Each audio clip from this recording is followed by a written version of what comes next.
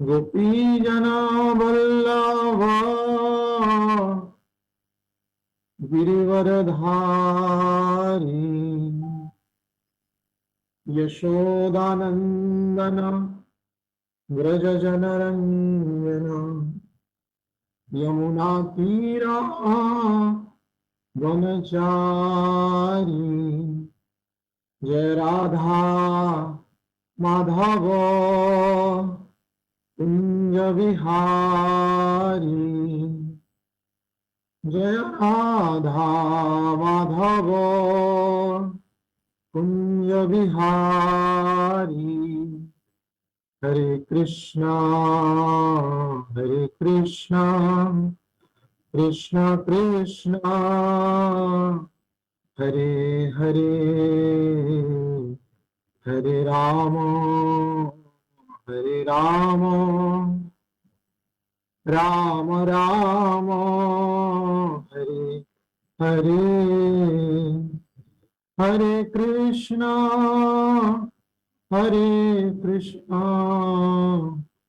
कृष्ण कृष्णा हरे हरे हरे राम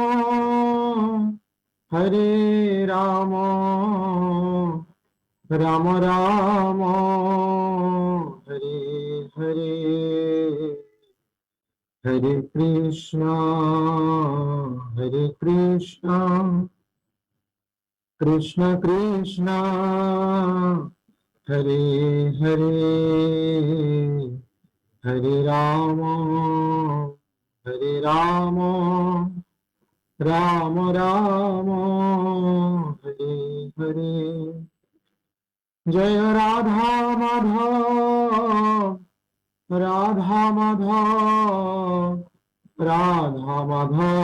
जय राधा माधव जय राधा श्याम सुंदर राधे जय कृष्ण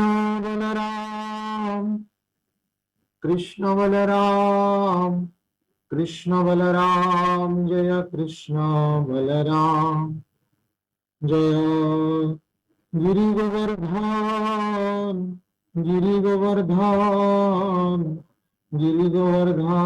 जय गिरि गोवर्धन जय सीताराम लक्ष्मण भक्त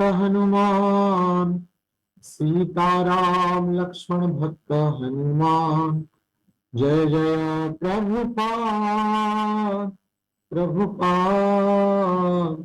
प्रभुपाद शिला प्रभुपाद जय जय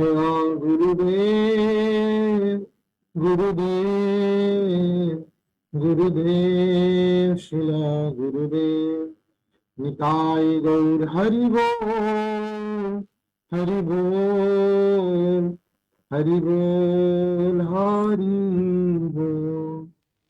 श्री राधा माधव भगवान की श्री कृष्ण बलराम भगवान की जय श्री गिरिराज गोवर्धन महाराज की जय श्री राधा गोविंद देव की जय श्री राधा वेणु माधव की जय श्री सीताराम लक्ष्मण भक्त हनुमान की जय सीता नवमी महामहोत्सव की जय करुणामयी सीता महारानी की जय समवेत भक्त वृंद की जय निताय गौर प्रेमानंदे हरि हरि बोल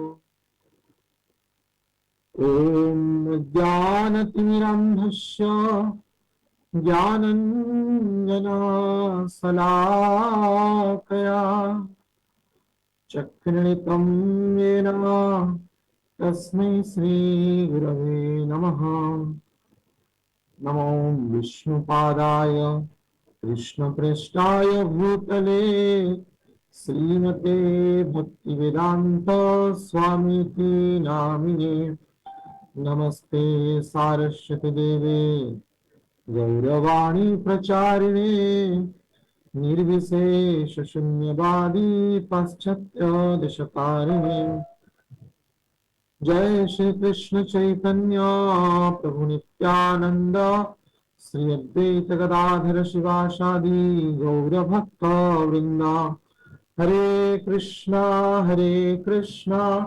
कृष्णा कृष्णा हरे हरे, हरे राम राम राम हरे हरे। मूकं करोति वाचालं पङ्गुं लङ्घयते गिरिं, यत्कृपातमहं वन्दे श्रीगुरुदिनकारिणं परमानन्दमाधवम्। ॐ नमो भगवते वासुदेवाय। ॐ नमो भगवते वासुदेवाय। ॐ नमो भगवते वासुदेवाय।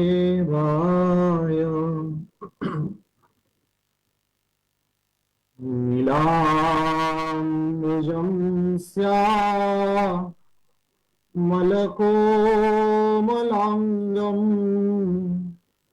सीता समारोपितवामभागम्,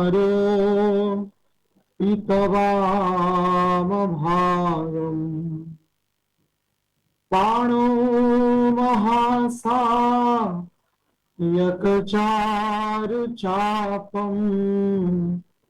नमामि रामं रघुवंशनाथम्। नमामि रामं रघुवंशनाथम्। नमामि रामं रघुवंशनाथम्। श्री श्री मर्यादा पुरुषोत्तम भगवान रामचंद्र की जय। करुणामयी सीता महारानी की, भक्तराज श्री हनुमान जी महाराज की जय। हरे कृष्ण।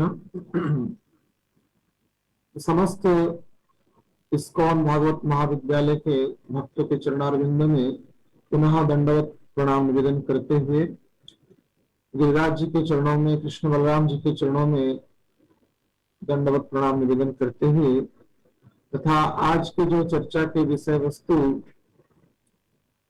जगन माता करुणामयी सीता महारानी के चरणों में भक्ति पुष्प को अर्पित करते हुए आज की चर्चा को हम प्रारंभ कर रहे हैं। निश्चित रूप से यह भगवान की दिव्य कथाएं जो कि आचार्यों के द्वारा, मुनियों के द्वारा, परमहंसों के द्वारा रचित किया गया है, हम जैसे बद्ध जीवों के लिए बोधगम्य नहीं होता अगर वे वह ग्रंथों की रचना ना करते।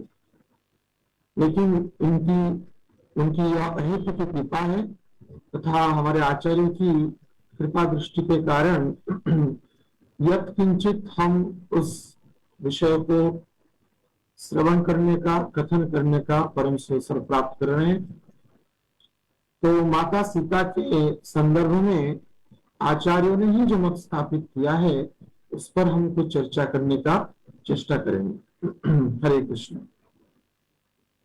तो कल सीता नवमी रूपक महामहोत्सव आने वाला है। तो जैसे कि अंग्रेजी तारीख के अनुसार 21 तारीख, ये मई महीना की 21 तारीख जो कल है, वो माता सीता का आविर्भाव है।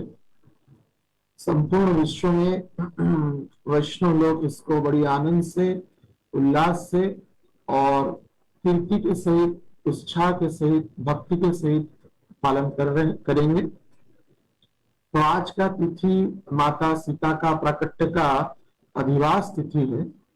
एक दिन पहले अधिवास होता है। तो कल हम माता सीता की, क्योंकि उनकी जन्म है, प्राकट्य उत्सव है, तो कल हम जन्म की चर्चा करेंगे।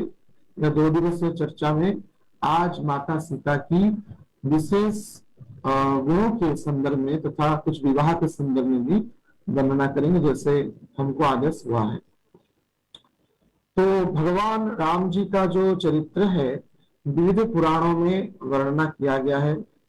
स्कंद पुराण में, पद्म पुराण में भी है, विष्णु पुराण में भी है, और विशेष करके आदि कवि वाल्मीकि जी के द्वारा यह रामायण रूपक दिव्य ग्रंथों में अति सुंदर शैली से अनुष्ठुप छंद आदि क्रियाओं के द्वारा वर्णित किया गया है। तो विशेष करके माता सीता का बिना भगवान राम जी का चरित्र अगर संभव पर होगा तो नहीं हो सकता है। तो वाल्मीकि मुनि माता सीता के संदर्भ में कहते हैं, सीता जी के कारण ही राम जी का चरित्र महान बना। कारण क्या है?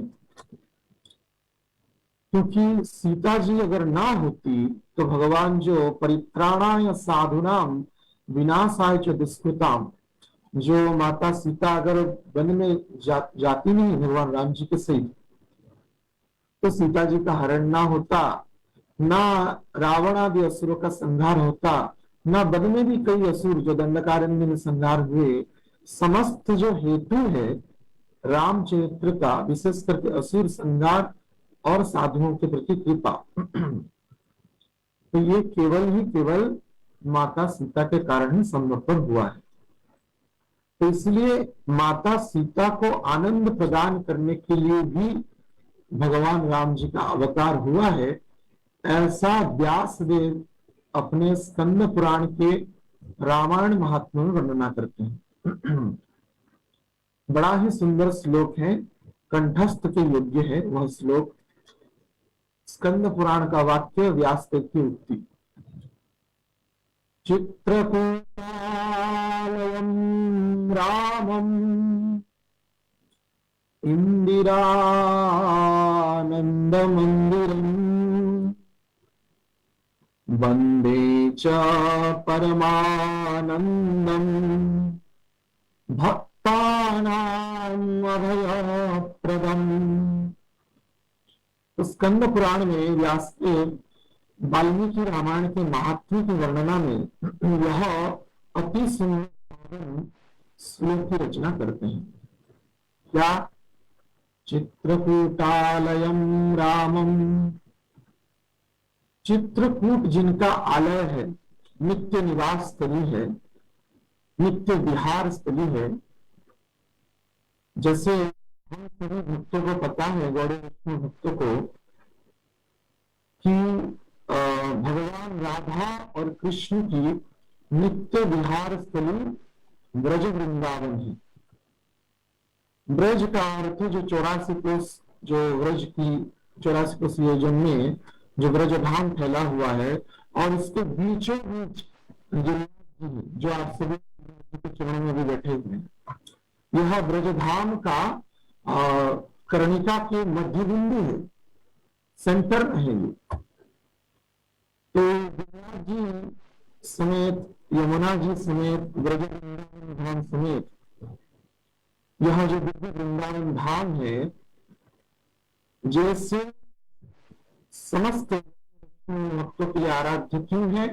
क्योंकि यहाँ पे भगवान राधा और कृष्ण का नित्य विहार स्थली और तथा नित्य लीला स्थली चलती रहती है। अद्यपि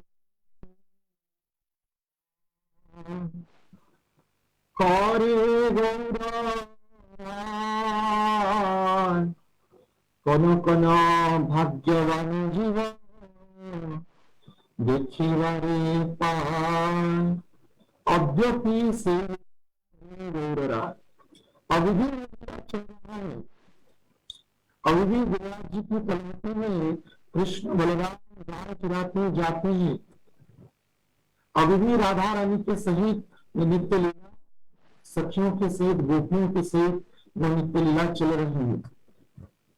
अद्यपि से लीला अभी भी है, लेकिन जिनका काम रूपक अंजन जिसके आंख से चला गया है, जिसके चक्षु के सामने प्रेम रूपक अंजन प्रकट हुआ है, वह व्यक्ति ही यह समस्त लीला का संदर्शन कर सकता है। प्रेमांजन छुरित भक्ति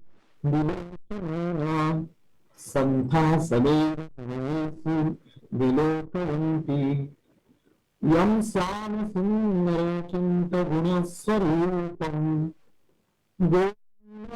पुरुषं तमहं भजामि। ब्रह्म संहिता में ब्रह्मा जी कहते हैं प्रेम रूपक इंजन जिसको लगा है वो ही भगवान राधा श्याम सुंदर का संदर्शन कर सकता है, नित्य विहार स्थली को दर्शन करता है। दिव्या वृंदारण्य कल्पद्रुमारूह श्रीमन रत्नगार सिंहासनस्थो, उस दिव्य रत्न सिंहासन में विराजमान करने वाले भगवान राधा कृष्ण को संदर्शन कर सकता है। तो वृंदावन राधा कृष्ण की नित्य लीला स्थली है, वैसे ही माता सीता तथा राम जी की नित्य विहार स्थली चित्रकूट है, ऐसा व्यासदेव स्कंद पुराण में कहते हैं। चित्रकूटम रामम इंदिरानंद मंदिरम वंदे च परमानंदम भक्तानां अभयप्रदम। ये चित्रकूट जिनका नित्य आलय है, नित्य घर है। आप सभी भक्त अगर चित्रकूट गए होंगे, देखिए स्फटिक शिला है, जो गए होंगे देखेंगे स्फटिक शिला में अभी भगवान राम जी का सीता जी का चरण चिन्ह है।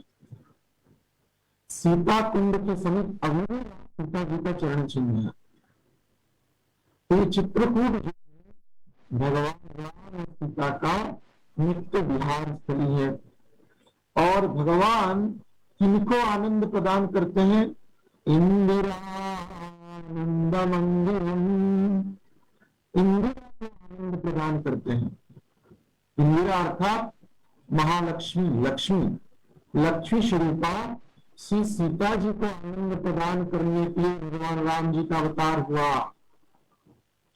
भगवान राम जी ने सीता जी के हेतु में समस्त असुरों का संहार किया। इस संसार से, इस ब्रह्मांड में जितने असुर थे इनका संहार किए।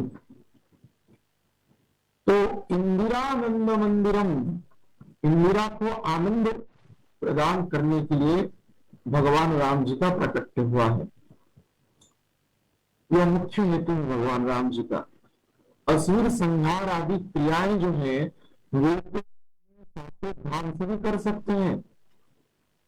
ऐसा दक्षिणात्य कुछ रामायण में वर्णना है, कुछ रामचरित्र में, कुछ कल्प में ऐसा भी हुआ कि भगवान वनवास गए ही नहीं, वनवास गए ही नहीं और नित्य अयोध्या में ही सीता जी के से अपने परिकर से विहार करते रहे। और रावण आया अयोध्या को आक्रमण करने के लिए और भगवान अयोध्या में ही रावण को मार दिया। ऐसा कुछ दाक्षिणात्य संप्रदाय के रामायण में वर्णना है। रामायण शतकोटि अपारा ऐसा कहते हैं। रामायण भी सहस्र करोड़ रामायण है। 1000 श्लोक में अब जो रामायण प्राप्त होता है, वाल्मीकि रामायण, व्यासदेव ने वाल्मीकि जी ने इसको रचना किया। 24,000 श्लोक समय, जैसे भागवतम में 18,000 श्लोक है, वैसे वाल्मीकि रामायण में आज के जो वाल्मीकि रामायण हमको प्राप्त होता है वो 24,000 श्लोक है। लेकिन शास्त्र में वर्णना रामायण है, 1 करोड़ श्लोक संख्या है। श्रीधर स्वामी नवम स्कंद के टीका में इसको कहते हैं। हाँ, और उस सबका सार को, समस्त रामचरित्र का सार को श्रीदेव गोस्वामी ने एक ही श्लोक में, एक श्लोक रामायण में जो पदभ्याम प्रियाया आदि श्लोक में वर्णना कर दिया है। तो इंदिरा अर्थात सीता जी को आनंद प्रदान करने के लिए भगवान राम जी का प्राकट्य होता है। तो ऐसे जो परमानंद के घन हैं, उन राम जी मुझे अभय प्रदान करे, ऐसा व्यासदेव कहते हैं। वंदे च परमानंदम भक्तानां अभयप्रदम, भक्तों को अभय प्रदान करने में जो परिपूर्ण रूप से समर्थ हैं, ऐसे राम जी हमको पूर्णतः भय से मुक्त करे। क्योंकि स्वाभाविक बात है, भगवान राम जी कोदंड धारण किए हैं, धनुष और बाण तो निश्चित रूप से रक्षा करेंगे। हाँ, सुखदेव गोस्वामी नमस्कंद में कहते हैं कि ऐसे राम जी मेरी रक्षा करें। सुखदेव गोस्वामी भागवतम के पूर्व श्लोक में ऐसा वर्णना नहीं करते कि हमको रक्षा करे, वैसे कुछ भी विपत्ति नहीं था। हाँ, लेकिन फिर भी कहते कौशलेंद्र भगवान राम जी मेरी रक्षा करे। हाँ, तो विशेष ये राम जी के सौंदर्य को देखते हैं सुखदेव गोस्वामी अपनी शुद्ध आचार्य टीका में कहते हैं। तो इसलिए मानो स्वाभाविक रूप से कथा को आगे बढ़ाने के लिए भगवान राम जी के चरणों में प्रार्थना कर रहे हैं। ये नवम स्कंद की 10वें अध्याय की 4वें श्लोक में अंतिम में कहते हैं कौशलेंद्र बताऊं, वो कौशलेंद्र उनकी रक्षा करे। तो ऐसे राम जी का जो चरित्र है सीता जी के बिना संभवपर नहीं हो सकता है। तो उन सीता जी हमसे ही भक्तों की भी कृपा करें, वो करुणामयी है, कृपामयी है, दयामयी है और निश्चित रूप से हम सबको अनुकंपित होंगी। ऐसे हम उनके चरणों में प्रार्थना करके उनकी चरित्र में प्रवेश करते हैं। तो पुनः वाल्मीकि रामायण के बाल कांड में जब संक्षिप्त रूप में रामायण की वर्णना किया जा रहा है, नारद मुनि वाल्मीकि को यह कह रहे हैं संक्षिप्त रामायण की वर्णना, उसमें सीता जी के चरित्र में कहते हैं रामस्य भार्या नित्यं प्राण समाहिता जनकस्य कुले जाता देवमायेव निर्मिता सर्वलक्षणा संपन्ना नारीणाम् उत्तमा वधूः सीता तयानुगता रामं ससिनं रोहिणीं यथा। रामस्य दयिता भार्या, ये राम जी की जो पत्नी अर्थात भार्या, दयिता भार्या, और कैसे हैं राम जी के नित्यं प्राण समाहिता, प्राण के समतुल्य है। हाँ, इसलिए सुखदेव प्रिया कहते हैं, प्रिया अर्थात प्राण के समतुल्य, जिनके बिना भगवान राम जी का माने लीला हो ही नहीं सकता। नित्यम प्राण समाहिता, और वो कौन है? जनकस्य कुले जाता, जनक जी के कुल में जो प्रकट होकर के मिथिला वासियों को कृपा किए हैं, अनुकंपित किए हैं, ऐसे जनक बिहारी सीता जी देवमाएव निर्मिता, देवताओं के माया के द्वारा भी अगम्य है, और अर्थात माया से रुक्मिणी समस्त जीव को मोहित करते हैं। क्योंकि कई कई जगह पे सीता जी को माया का स्वरूप भी कहा गया है। अर्थात रावण ने जिन सीता जी को हरण करके अपना संपूर्ण विनाश को प्राप्त किया, क्योंकि वो माया सीता थी, वास्तविक सीता जो है अग्नि में प्रवेश कर गई थी। तो यह पूर्व पुराण में वर्णना है, चैतन्य चरितामृत में इसकी वर्णना होती है। जब भगवान राम जी तो सर्वज्ञ हैं, उनको जब पता था कि रावण आदि आएगा और सीता माता का हरण होगा, तो माता सीता को अग्नि में प्रवेश करने के लिए राम जी कहे। वास्तविक जो माता सीता है अग्नि में प्रवेश कर गए और एक माया सीता प्रकट हुई, और उन माया सीता को ही रावण ने हरण किया। तो प्रश्न उठता है, अग्नि तो पुरुष है और माता सीता तो परम सती नारी है, तो पुरुष होकर के माता सीता को कैसे स्पर्श कर सकता है? लेकिन पूर्ण पुराण में और भी ये तो वर्णना होता है कि वास्तविक अग्नि की जो पत्नी स्वाहा है, जैसे हम यज्ञ में स्वाहा करते हैं, तो वो अग्नि की पत्नी है। तो अग्नि की जो पत्नी स्वाहा है, तो स्वाहा जी ने सीता जी को अपनी गोदी में बिठा करके उनकी जो माँ स्वरूप थी माता के संरक्षण में रखा। और भगवान जब रावण का वध किए और लंका के जो समुद्र के किनारे जो पुनः वहां पे अग्नि परीक्षा हुआ, तो माता स्वाहा ही अग्नि देवते माने अग्नि से माता सीता को पुनः लौटा दी। तो इस प्रकार से माता सीता जो है देव माएव निर्मिता। और कैसे है माता सीता? सर्वलक्षण संपन्ना, समस्त शुभ लक्षणों से संपन्न है माता सीता। नारी नाम उत्तमावधि, और नारियों में समस्त नारियों के लिए परम आदर्श उत्तम वधु है। सीता प्यानुगता था, और सीता हमेशा राम जी का ही अनुचरित हुई। विशेष करके माता सीता का चरित्र का चर्चा किया जाए, माता सीता जैसे वाल्मीकि रामायण में वर्णना है, माता सीता को वनवास नहीं हुआ था, भगवान राम जी को वनवास हुआ था।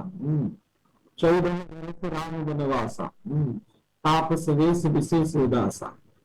तो 14 वर्ष राम जी को वनवास हुआ था, ना सीता जी को ना लक्ष्मण जी को वनवास हुआ था। लेकिन माता सीता कहे कि आपके बिना में जी नहीं सकती।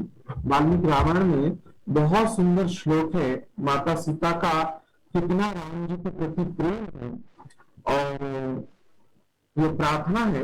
वो कह रहे हैं, यदि तुम राघव अग्रतस्ते गमिष्यामि मृद्यन्ति कृशकंटकान्। माता सीता एक जगह पे कह रही है कि हे प्रभु राम, मैं बन जाऊंगी। तो भगवान बोले कि क्यों जाएंगी? क्योंकि वन में अनेक कंटक हैं। मृद्यंतम कृशकंटका, अत्यंत कृशकाय कंटक है, तो कंटक आपके कोमल चरण को चूक जाएगा। अग्रतस्थे, मैं आगे आगे चलूंगी, गमिष्यामि, मैं आगे आगे चलूंगी। तो भगवान राम जी पे क्या यह जो कंटक है आपके चरणों को क्या यह कष्ट नहीं देगा? आप तो अत्यंत कोमलांगी है। तो माता सीता कहे, बड़ा सुंदर वहां पे युक्ति देते हैं कि नहीं, निदंतम कृशकंटका, ये जो कृशकाय कंटक हैं, जो तीक्ष्ण हैं और नोकीले हैं, कष्ट देने वाले हैं, ये सब मिट्टी से प्रकट हुए हैं, भूदेवी से प्रकट हुए हैं, माता धरती से प्रकट हुए हैं, और मैं भी धरती से प्रकट हुई हूं। क्योंकि मैं धरती से प्रकट हुई हूं, इसी संबंध में ये कृश कंटक भी मेरे भ्राता हैं, हम भाई बहन हैं। अर्थात कृष कंटक जो हैं वो सब जो भूमि से प्रकट हुए हैं, इसी नाते में मैं जब आगे आगे चलूंगी, बहन हमारी चल रही है, ऐसा विचार करते हुए वे कृषकंटक जो हैं मिट्टी में समा जाएंगे। अपनी तीक्ष्णता को, अपनी कटुता को, अपनी नोकीली जो हिस्सा को वो तिरोहित कर देंगे। तब आपका जो पथ है अत्यंत सुगम हो जाएगा, अत्यंत प्रशमित हो जाएगा। तो यह युक्ति दे रहे हैं। इतनी सीता माता की यह प्रेम है भगवान राम जी के प्रति, इस संदर्भ में हम विचार कर सकते हैं। अग्रतस्ते गमिष्यामि मृद्यन्ति कृशकंटका, मैं आगे आगे चलूंगी और आप पीछे पीछे चलना। तब आपको कोई भी कंटक और कृषक जो भी तीक्ष्ण वस्तु है, कंकड़ पत्थर आदि भी आपको चुभेगा नहीं। हाँ, तो पुनः जब भगवान बार बार कहने आपको नहीं जाना चाहिए, आप अत्यंत कोमलांगी हैं, आप सहन नहीं कर सकते, वन के विविध कष्टों को आप स्वीकार नहीं कर सकते हैं, आप सहन नहीं कर सकते हैं, तो माता सीता कहते हैं, अंतिम में कहती है, नहीं, आपके बिना मैं जी ही नहीं सकती। यह प्राण जो पक्षी है आपके चरणों के बिना जी ही नहीं सकता, ये निश्चित है, निर्धारित है।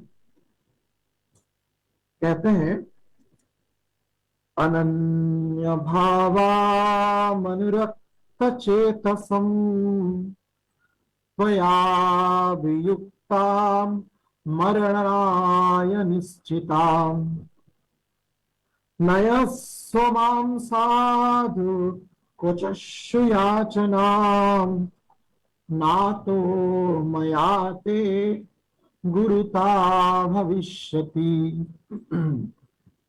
अयोध्या कांड के अंतिम भाग में माता सीता बन जाने के लिए जब अनुरोध कर रही है, भगवान राम जी को यह कह रही है, अनन्य भावा मनुरक्त चेतसम, मैं अनन्य भाव से आपके चरणों में लिपटी हुई, आपके चरणों के बिना मेरा जीवन संभव ही नहीं है, आपके सिवा मेरा मन कहीं भी नहीं जाता है। यदि आपसे वियोग हुआ त्वयाभियुक्तां मरणाय निश्चिताम्, त्वया आपके वियोग में वियुक्ताम मरणाय निश्चिताम, मेरी मृत्यु सुनिश्चित है, मेरी मृत्यु सुनिश्चित है। मरणाय निश्चिताम नयस्व मां साधु क्वचक्षु याचनाम नातो मया ते गुरुता भविष्यति। अगर आपका वियोग मेरे से हो जाएगा, मैं आपसे वियोग हो जाऊंगी, विच्छेद हो जाऊंगी, तो निश्चित रूप से मरणाय निश्चिताम, मेरा मृत्यु सुनिश्चित है। तो यह माता सीता राम जी के चरणों में कह रही है। ऐसे 2-3 अध्याय ही माता सीता राम जी के चरणों में अनुरोध करती है कि मुझे वन ले जाइए, हाँ, नहीं तो मैं जीवन धारण नहीं कर सकती। तो इस प्रकार की माता सीता का अद्भुत प्रेम है भगवान राम जी के चरणों के प्रति, जो उनके कृपा कटाक्ष के बिना जी ही नहीं सकते। मरणाय निश्चितम ऐसा कह रही है, तो हम सभी भक्तों को भी भगवान से ऐसा प्रेम करना चाहिए, मानो भगवान के नाम के बिना, भगवान की भक्ति के बिना हम जी ही नहीं सकते। मरणाय निश्चितम, अब इस जीवन में भक्ति कभी छूटेगा ही नहीं, अब इस जीवन में भगवान का नाम कभी भी नहीं छूटेगा। यह ऐसा दृढ़ निश्चय, दृढ़ संकल्प और दृढ़ प्रेम प्रतिबद्ध हम सबको भी होना चाहिए।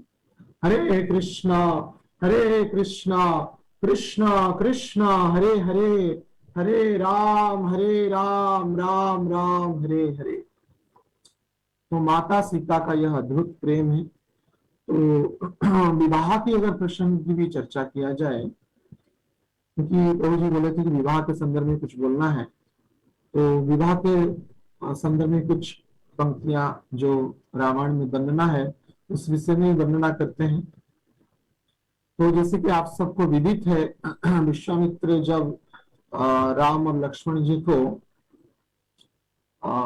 राक्षसों का वध सिद्धाश्रम में, जो अभी बक्सर बिहार में है सिद्धाश्रम, वहां पे असुरों का निपात करने के लिए, ताड़का आदि राक्षसों का उद्धार के लिए जब ले चले, इसी प्रसंग में जनक राज के क्रम से विश्वामित्र के लिए संदेश आया कि माता सीता का स्वयंवर होने वाला है। तो उसी प्रसंग में राम और लक्ष्मण विश्वामित्र के समेत जनकपुरी गमन करते हैं। जनकपुर में सीता सदन में जो सीता जी का महल है, वहां पे जनक जी उनको रखते हैं, आतिथ्य देते हैं। तदनुसार भगवान जो राम जी का जो विवाह का जो प्रसंग है, उस क्रम में धनुष भंग का प्रसंग आता है। तो धनुष भंग के प्रसंग में जो धनुष सिद्ध धनुष है, अत्यंत कठोर और अत्यंत शक्तिशाली वो धनुष, भगवान घास के तिनका के जैसा उसको तोड़ दिया। ऐसा रामायण में वर्णना है, वो धनुष कितना भारी था। हाँ, नृणाम सतानी पंचसह व्यतान महात्मनाम मंजुषाम अष्टचक्राम ताम समहुस्ते कथम चन। नृणाम सतानी पंचसह, अर्थात सह और पंचसह शतानी अर्थात 5,000 मल्ल एक लोहे के विशाल मंजूषा में, जिसमें 8 पहिया लगा हुआ था, उसको बड़ी कठिनाई से ढोते हुए खींचते हुए ला रहे थे। सोच सकते 5,000 मल्ल उस धनुष को खींच रहे थे और उस धनुष को भगवान खेल खेल में ही तोड़ दिए। जब जनकराज कहे कि हे राघवेंद्र, आप इस धनुष को तोड़िए और मेरे सीता को वरण करने का अनुकंपित हुए, क्योंकि समस्त राजा विफल हो गए अपने प्रयासों के द्वारा। तो मानो जनक जी कहते हैं, क्या यह धरती वीरों से क्या निष्कंटक हो गया क्या? तो लक्ष्मण जी को बुरा लगा, तो पुनः विश्वामित्र की आज्ञा से राम जी चलते हैं उस 5,000 मल्लों के द्वारा खींचे हुए विशाल धनुष, सिंह धनुष को उठाने के लिए। वाल्मीकि का वाक्य है, आरपयुता मोरवीच पूरयामास तदुर्मः तदवभंज धनुर्मध्ये नरश्रेष्ठो महायसः। तो भगवान क्या के प्रत्यंचा चढ़ाए, धनुष को ऐसे ही बाएं हाथ में उठा ली तुरंत, बिना कोई कष्ट से, बिना कोई कठिनाई से भगवान राघवेंद्र उस धनुष को उठा लिए। आरोपित्वा मोविच पुरयामास तदुर्मः, तो प्रत्यंचा चढ़ाकर महायशस्वी नरश्रेष्ठ श्री राम ने ज्यों ही उस धनुष को अपने कान तक उसकी प्रत्यंचा को खींचा, त्यों ही वह बीच से टूट गया। और प्रत्यंचा को चढ़ाने के, प्रत्यंचा को खींचते ही वो टूट गया, 2 भाग में विभक्त हो गया। तो कौन उसको चढ़ाए उस प्रत्यंचा को? वाल्मीकि जी कहते हैं, नरश्रेष्ठो महायसः, नरों में जो नारायण है, नरों में जो श्रेष्ठ है, ऐसे राम जी ने उस धनुष को चढ़ाया, प्रत्यंचा चढ़ाया। तब तो क्या हुआ? 2 भाग में विभक्त हुआ, मानो लगा कि प्रलय ही होने वाला है। इतनी बड़ी आवाज आई, इतनी भयंकर आवाज आई, ऐसा वर्णना है वाल्मीकि जी में। विश्वामित्र, जनक महाराज, स्वयं राम जी, लक्ष्मण जी को छोड़ करके वहां पे जितने राजा महाराजा प्रतिरक्षार्थी या जो भी मनुष्य थे, सब मूर्छित हो गए उस धनुष के टूटने के शब्द से। आप सोचिए, महेंद्र पर्वत में विराजमान करने वाले परशुराम तक वो आवाज गया। जनकपुर कहाँ है और महेंद्र पर्वत कहाँ है? वो धनुष जब टूटा तो महेंद्र पर्वत तक वो आवाज गया। तभी तो जाके परशुराम आए, क्या हुआ मेरे गुरु शिव जी का धनुष टूटा लग रहा है। तो इसलिए तो जनक महाराज के संरक्षण में जो रखे थे, क्रोध में भरे होकर के परशुराम जी आते हैं। तो समस्त जितने भी राजा थे, महाराजा थे, सबका मूर्छित हो गए, सब मूर्छित हो गए। केवल विश्वामित्र जो परम प्रतापी थे और महाराज जनक, राजर्षि जनक, धर्मज्ञ राजर्षि होने के कारण, परम भक्त होने के कारण वे भी मूर्छित नहीं हुए। तथा राम और लक्ष्मण, नरों में शार्दुल जो राम और लक्ष्मण है, वे भी मूर्छित नहीं हुए, बाकी सब मूर्छित हो गए। इस प्रसंग में धनुष टूटा तो राम जी का विवाह मानस निश्चित हो गया। यह ही विधान था, जो इस धनुष को तोड़ेगा वो सीता जी के साथ वरण करेगा। यद्यपि कई रामायण में वर्णना है कि वरमाला पहनाए माता सीता राम जी को धनुष टूटने के बाद, लेकिन वाल्मीकि जी में ऐसा वर्णना नहीं।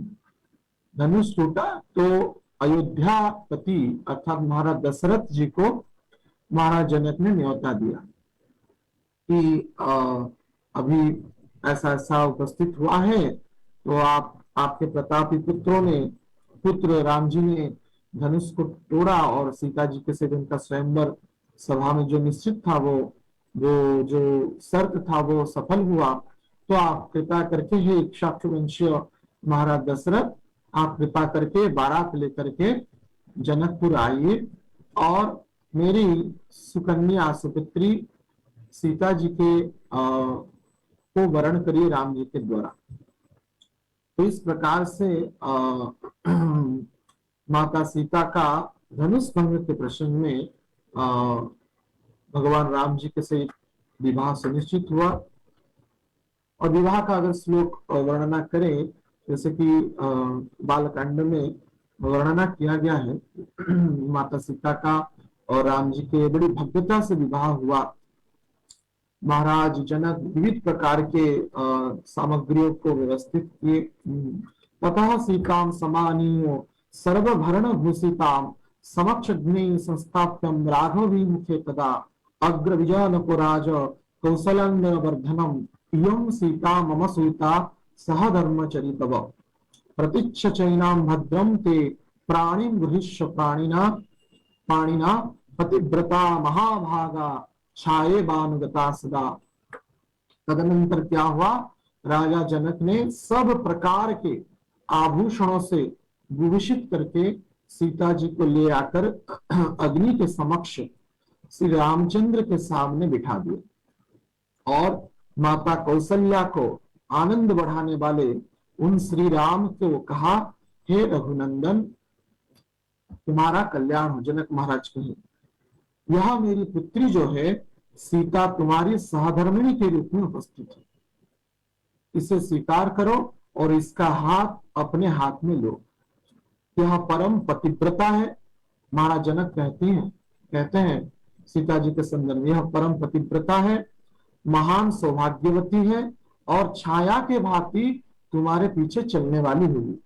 मानो जनक महाराज भी भविष्यवाणी कर रहे हैं कि ये आपके बिना रह नहीं सकती। जैसे मनुष्य के काया के सही छाया चलता ही रहता है, छाया जो है काया को छोड़ के नहीं रह सकता, तो वैसे ही हे रघुवर आपके पीछे पीछे ये छाया के रूप में चलेगी यह सीता मेरी सुपुत्री।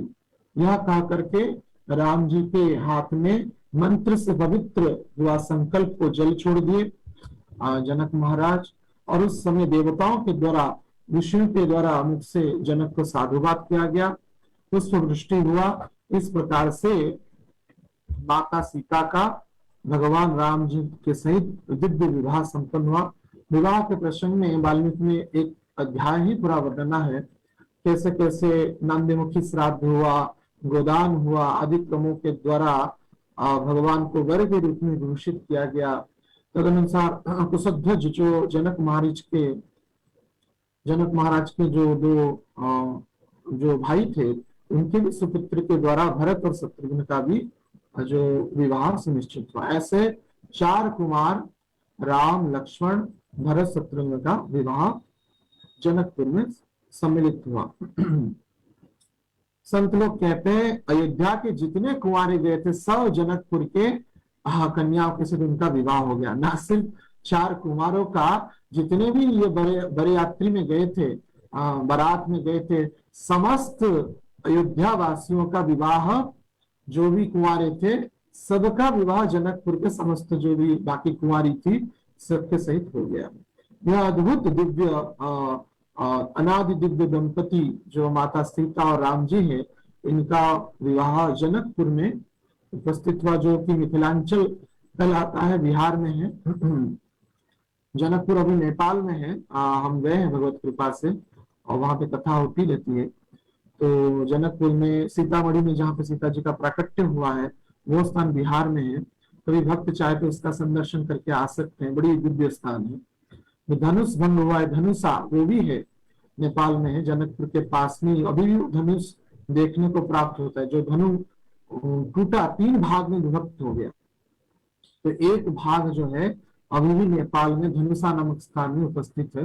बड़ी विशाल है वो, देखने योग्य है, दर्शन योग्य है। तो ऐसे माता सीता का जो चरित्र है अद्भुत है।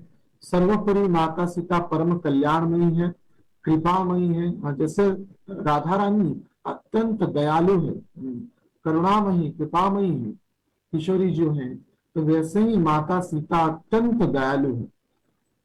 उनकी दया का एक प्रसंग रामायण में प्राप्त होता है। आश्चर्य मानेंगे, ऐसा कैसे दया कृपा कर सकता है। तो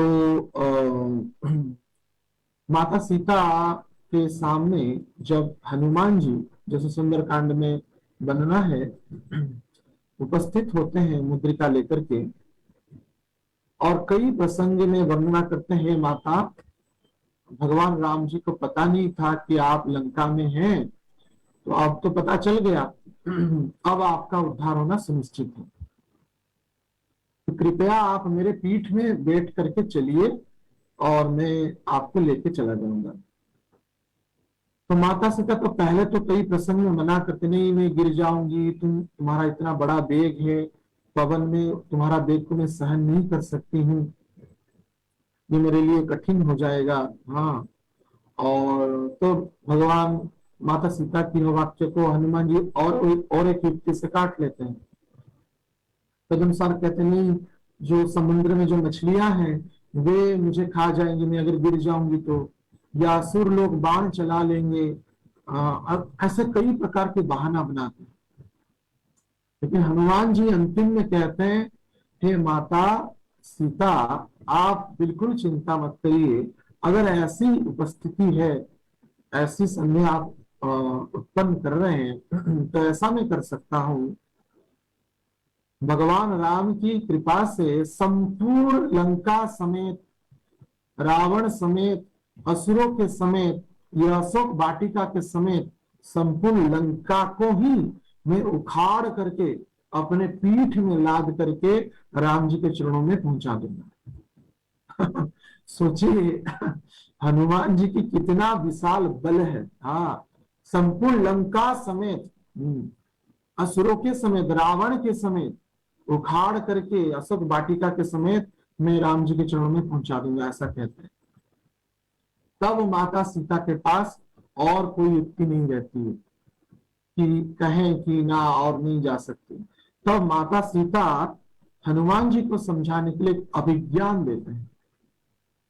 तो इस प्रसंग को कहने का यह उद्देश्य है, इसके द्वारा हम माता सीता की करुणा को, कृपा को समझ सकते हैं।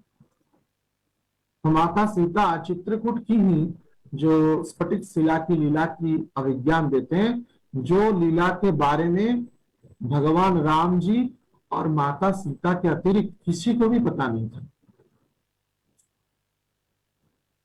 तो उस प्रसंग में क्या हुआ, जब चित्रकूट में भगवान चित्रकूटालयम रामम इंदिरानंद मंदिरम, जैसे स्कंद पुराण में वर्णना है, चित्रकूट जिनका नित्य आलय है, ऐसे चित्रकूट में जब भगवान राम जी थे, तो माता सीता के साथ उनका जो नित्य विहार स्थली में विहार हो रहा था, तो उसी समय दुष्ट जो जयंत था, इंद्रपुत्र जयंत, कौवा का स्वरूप लेते हुए आकर के कई प्रसंग में वर्णना है, माता सीता को अवमानना की, अपनी चोंच में माता सीता के वक्षस्थल को आघात किया। तब माता सीता क्रोधित हुई और उनकी वक्षदेश से जब रक्त स्रावित हुआ, तो भगवान राम जी कैसे सहन कर सकते, क्योंकि इंदिरानंद मंदिरम, इंदिरा को आनंद प्रदान करने वाले, लक्ष्मी जी सीता जी को आनंद प्रदान करने वाले राम जी हैं, कैसे उस कष्ट को वे सहन कर सकते हैं। माता सीता के चक्षु से, लोतक से माने आंसू गिर जाए, अश्रु गिरे, कैसे सहन कर सकते।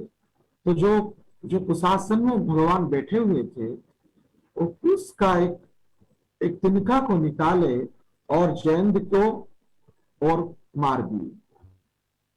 तो घास का तिनका ज्वलंत राम बाण के तुल्य परिवर्तित हो गया। करोड़ों ब्रह्मास्त्र से भी अधिक प्रभावशाली तेजस्वी विदित्यमान वह अस्त्र जयंत के पीछे चलने लगा। उसके ज्वाला में मानो दग्धीभूत हो रहा था, उसके आभास में, आभा में। तो वह जो जयंत था, इंद्रपुत्र जो कौवा का स्वरूप लेके आया था, ब्रह्मांड के हर एक स्थान में विचरण किया, आश्रय मांगा, लेकिन रामद्रोही को कौन शरण दे सकता है?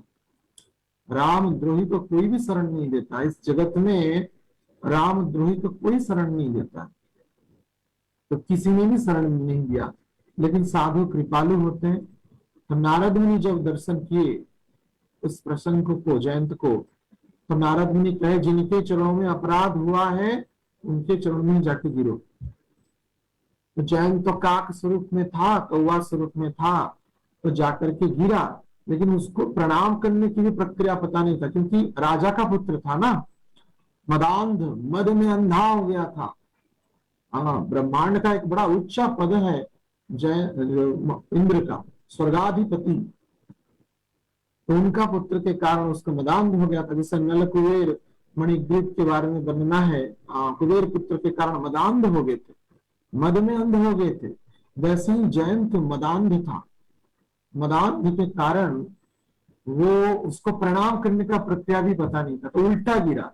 जैसे हम प्रणाम करते हैं तो अपने मस्तक को भगवान के चरणों के सामने रखते हैं, लेकिन ये दुष्ट क्या किया उसको पता ही नहीं था, तो अपने चरणों को माता सीता की ओर रखा। लेकिन फिर भी माता सीता दयालु कृपालु हैं, और वर्णना है भगवान राम जी तो क्रोधित थे, बोले कि इसका मैं वध कर दूंगा जो आपको इतना कष्ट दिया। लेकिन माता सीता बोले नहीं नहीं, आप कृपया क्षमा कर दीजिए। अनेक वो बात कहे कि कृपया आप उसको क्षमा कर दीजिए। कारण क्या?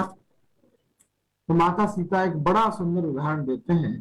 कहते हैं जब छोटा बालक शिशु, जब उसके मुख में दांत आता है, तो नए जो शावक होता है, बालक होता है, उसके मुख में दांत नहीं रहता है। धीरे धीरे समय के अनुक्रम में जो उसमें दांत आता है और माता के वक्षदेश से जो दुग्धपान करता है, दांत आने के कारण उसके दांत में खुजली होती है, नए जो बच्चे होते हैं। तो उस खुजली के कारण वो क्या करता है, माता का पयोधर को, स्तन को ही काट लेता है पहला। तो उसमें क्या माता सीता कहते हैं, क्या ऐसे शिशु के मुखार बिंद में जब दांत प्रकट होता है, दंत पंक्तियां प्रकट होती हैं, और इसी के कारण वो माता का पयोधर को काट लेता है, क्या माता क्रोधित होती है? नहीं, बिल्कुल नहीं होती है। माँ अभी तो और प्रसन्न होती है, अरे मेरे पुत्र का दांत आ गया, अभी सिर्फ दूध पी रहा, कभी कुछ खा भी सकता है अभी। हाँ, ऐसा कहती है, और प्रसन्न होकर के अपने पति को भी कहती है, देखिए देखिए आपका पुत्र का, हमारे पुत्र का दांत आ गया। तो माता सीता करुणा में माता सीता कह रही है कि हे राम, कि ऐसा ही ये जयंत भी तो मेरा पुत्र ही है, जयंत भी तो मेरा पुत्र है। तो अगर ऐसा अज्ञानता में मंद बुद्धि के कारण, मदांध के कारण गलती कर लिया तो ये वध के लायक नहीं है। तो माता सीता ऐसे करुणा करने के लिए, कृपा करने के लिए कहती है। और वहां पे अनेक उदाहरण देते कहते इसका पंच संस्कार हो गया, इसका दीक्षा हो गया, तो दीक्षित आश्रित भक्तों को कोई दंड मिले यह संभवपर नहीं है। तो माता सीता की यह करुणा को देखते हुए राम जी भी आश्चर्यचकित हो जाते हैं। राम जी आश्चर्यचकित होते हुए कहते हैं, आपके जैसा करुणा में कोई भी नहीं हो सकता है। अपराधी पे कोह ना काऊ, कितना भी कोई अपराध कर ले तब भी आप कोह नहीं करते, क्रोध नहीं करते, तो ये आपकी करुणा है। लेकिन फिर भी रामबाण तो प्रकट हो गया है, तो रामबाण का निधान नहीं हो सकता है, अपनी तृणीर में पुनः नहीं जा सकता है, इसलिए कुछ ना कुछ तो करना पड़ेगा। इसी क्रम में भगवान राम ने जयंत का एक आंख को फोड़ दिया, एक आंख को बस फोड़ दिया, मारा नहीं, वध नहीं किया। तो हनुमान जी को ये अभिज्ञान माता सीता दे रही है, कह रहे हैं कि हे हनुमान जी, जिन राम सर्वज्ञ हैं, सर्वोपरि हैं, परात्पर परब्रह्म परमात्मा है, क्या उनको पता नहीं कि मैं यहाँ पे लंका में अशोक वाटिका में बंधी हूँ रावण का? निश्चित रूप से पता है। जैसे वो घास का तिनका को छोड़ करके जयंत को ब्रह्मांड भर में भी विचरण करता रहा, लेकिन उस राम बाण से उसको मुक्ति नहीं मिला। वैसे ही भगवान राम मात्र संकल्प ही ले लेते कि जिस असुर ने भी, जिस दुष्ट ने भी, जिस दुर्वृत्त ने मेरे प्राण प्रिय पत्नी सीता का हरण किया है, उसका सर्वनाश हो जाए, तो वो घास का तिनका ही लंका को भस्म कर लेता। और अपितु जटायु ने बोला भी, रावण ने हरण किया, बस बोल नाम भी पता चल गया कि रावण नामक असुर ने सीता जी का हरण किया। तब भी भगवान मेरा उद्धार क्यों नहीं किए? क्योंकि मेरा अपराध हुआ था, है, हुआ है, अभी भी है। किसके चरणों में? लक्ष्मण जी के चरणों में। जब मारीच आया माया मृग का स्वरूप लेते हुए और भगवान राम जी मारीच को माने उस माया मृग को लाने के लिए, स्वर्ण मृग को लाने के लिए गए, तो मारीच ने कपट किया और हे राम, हे लक्ष्मण, हे सीता का उच्चारण किया राम जी की आवाज में। तो प्रेम बस तो, क्योंकि वो भी माया सीता थे, वास्तविक सीता तो अग्नि में प्रवेश कर गए थे, तो माया सीता जो थी लक्ष्मण जी को कही, आपकी भ्राता को सहायता की आवश्यकता है, आप कृपया जाइए। लेकिन लक्ष्मण गए नहीं कि भगवान राम जी को कोई पराभूत कर सकता है इस जगत में, इस ब्रह्मांड में, ये संभव पर ही नहीं, असंभव है। तो कृपया है माता, आप चिंता मत करिए, और सकुशल प्रभु राम जी, भ्राता राम आ जाएंगे। लेकिन माता सीता सुने नहीं, व्याकुल हो गए प्रेम रसता, और अनेक प्रकार की कटोक्ति बोलने लगे। रामायण की इतनी कटोक्ति वर्णना है, ऐसा भी कहे, हे लक्ष्मण, तुम मुझे भोग करना चाहते हो, इसलिए राम जी के अंत के बाद तुम्हारा कुदृष्टि है मेरे प्रति, ऐसा जब वाक्य कहने लगे तो लक्ष्मण जी अपने कान में हाथ दे दिए, अब नहीं सहन कर सकते। तब भी राम जी का आज्ञा है कि आपका सुरक्षा प्राथमिकता है, इसलिए आपकी सुरक्षा के लिए क्या किए, उन्होंने लक्ष्मण रेखा को पर्ण कुटीर के चारों ओर खींचा, बोले कि आप यहां से बाहर मत जाइएगा। लेकिन माता सीता तो चले गए, उनका हरण हो गया। तो माता सीता कहे हनुमान जी को, मेरा राम जी के चरणों में नहीं, लक्ष्मण जी के चरणों में गुरु तत्व, भक्त तत्व, वैष्णव तत्व, लक्ष्मण जी के चरणों में अपराध के कारण प्रभु राम जी मेरा अब तक उद्धार नहीं किए, इसलिए हे हनुमान जी, आप कृपया मुझे लेने का, यहाँ से उद्धार का कोई उपाय मत करिए, प्रभु राम जी मेरा उद्धार करेंगे, उसमें ही आपको भी आनंद लगेगा। क्योंकि दास को स्वामी का जब प्रशंसा होता है, स्वामी के द्वारा जब महानतम कार्य संपादन होता है, तब दास को भी आनंद लगता है।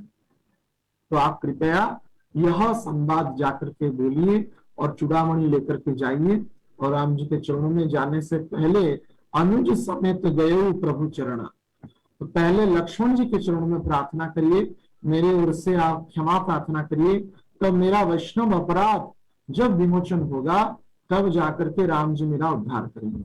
और वास्तविक ऐसा ही हुआ। हनुमान जी गए और लक्ष्मण जी को राम सीता जी के पक्ष से क्षमा प्रार्थना किए, तब लक्ष्मण जी तो सोचे ही नहीं थे कि इस कारण से राम जी ऐसा क्यों होंगे। तो लक्ष्मण जी रो पड़े कि वो मेरी माता है। भगवान राम जी को उलाहना देते हुए लक्ष्मण जी बोले, वो मेरी माता है, वो मुझे कुछ भी कह सकते हैं, लेकिन इतनी सामान्य सी त्रुटि के लिए, सामान्य सा अपराध के लिए माता सीता को आपने इतना बड़ा दंड दे दिया। अभी 4 महीना बीत गया बस प्रतीक्षा में ही यहाँ पे, और माता सीता को कितना ना कष्ट हो रहा होगा असुरों के स्थान में, लंका में। तब लेकिन भगवान राम जी तो मौन रहे और कहे कि जो भी है यह भगवत इच्छा से माने निरूपित हुआ है, अब हम लंका की ओर कूच करेंगे। तो माता सीता का चरित्र ऐसा है, करुणामयी है, और वैष्णव अपराध के संदर्भ में भी माता सीता का चरित्र में शिक्षा प्राप्त होता है। और सर्वोपरि भगवान को भी दोष मुक्त करने वाले, भगवान राम जी को भी शिक्षा देने वाले श्री सीता जी। एक अंतिम श्लोक लेते हुए आज की चर्चा को हम विराम करेंगे, जो कि अरण्य कांड में वर्णना है। भगवान राम जी जब महर्षियों को, दंडकारण्य में ऋषियों को कष्ट देकर के विचलित हो गए, तो उन्होंने शपथ ले लिया कि मैं ब्रह्मांड के, इस भूमंडल के समस्त असुरों का मैं संहार करूंगा। तो ऐसा जब शपथ ले लिए माता सीता, मानो शास्त्र के क्रम में भगवान को भी दोष मुक्त करा रही है। इसलिए राम जी का चरित्र सीता जी के बिना संभव पर हो ही नहीं सकता। श्लोक बड़ा सुंदर है। तृणैव व्यसनत्र काम जानी भवन मिथ्या वाक्यम तो परम तस्माद् गुरुतरा बुभो परदाराभिगमनम बिना वैरिं च रौद्रता मिथ्या वाक्यम न ते भूतम न भविष्यति राघव। तो माता सीता कह रही है, इस जगत में काम से उत्पन्न होने वाले 3 ही व्यसन होते हैं। इस जगत का 3 व्यसन है, माता सीता कह रहे हैं। वाल्मीकि वाक्य है क्या? मिथ्या भाषण। मिथ्या कहना बहुत बड़ा व्यसन है। जो भी मिथ्या कहता है कभी भी भगवत धाम नहीं जा सकता, ऐसा माता सीता कह रहे हैं। इसलिए सत्यम वद धर्मम चर, ऐसा कहा गया। हमेशा हमको सत्य बोलना चाहिए, माता सीता कह रहे हैं, राम जी को शिक्षा दे रहे हैं। मिथ्या वाक्यम तु परम, मिथ्या भाषण बहुत बड़ा व्यसन है, लेकिन उससे भी बड़ा व्यसन है, किंतु उससे भी भारी जो व्यसन है, परदाराभिगमनम, परस्त्री गमन करना, यह महापाप है। इससे हम सबको बचना चाहिए। और तीसरा दोष क्या है? बिना वैरिं च रौद्रता, बिना वैर से दूसरों के प्रति क्रूरतापूर्ण व्यवहार करना, हे रघुनंदन, आपके लिए शोभनीय नहीं है। पहला दोष मिथ्या भाषण, जो कि कभी भी आप में नहीं हो सकता। मिथ्या वाक्यम तो परम, क्योंकि आप तो सत्य संकल्प भगवान है। इच्छा करने के बाद भी आपके मुख में कभी मिथ्या प्रकट नहीं हो सकता, मर्यादा पुरुषोत्तम है। तो पहला दोष तो आप में है नहीं। दूसरा दोष जो परदाराभिगमनम, परधारा भी आप गमन नहीं कर सकते। प्रमाण है, शूर्पणखा परम सुंदरी के रूप में आई, लेकिन प्रत्याख्यान कर दिए। भगवान राम जी ने एक पत्नी गमन की। ऐसे कि माता सीता के त्याग के बाद भी दूसरा विवाह नहीं किए, सुवर्ण विग्रह के द्वारा अश्वमेध यज्ञ को संपादन किए। तो परधाराभिगमनम ये भी नहीं हो सकता। और तीसरा दोष लेकिन आप में संभव पर हो गया, क्या? बिना वैरम च रौद्रता, बिना वैरी भाव से आपने असुरों के प्रति शत्रुता मोल लिया। मानो ठीक है ऋषियों को उन्होंने कष्ट दिया, लेकिन आपके से तो व्यक्तिगत रूप में कुछ कष्ट नहीं दिए। शास्त्र कहता है बिना वैरिं च रौद्रता, ये महान एक व्यसन है। तो आप में यह व्यसन नहीं होना चाहिए।